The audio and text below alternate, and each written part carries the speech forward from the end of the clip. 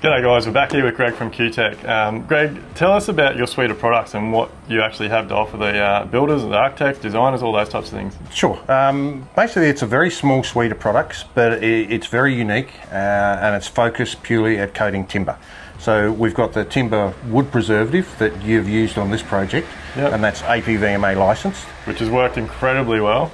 We've got Cutek Extreme CD50, which has the same timber stabilising technology as the wood preservative, but it's designed more for colour retention. Yeah. So it will hold the pigment longer than the wood preservative.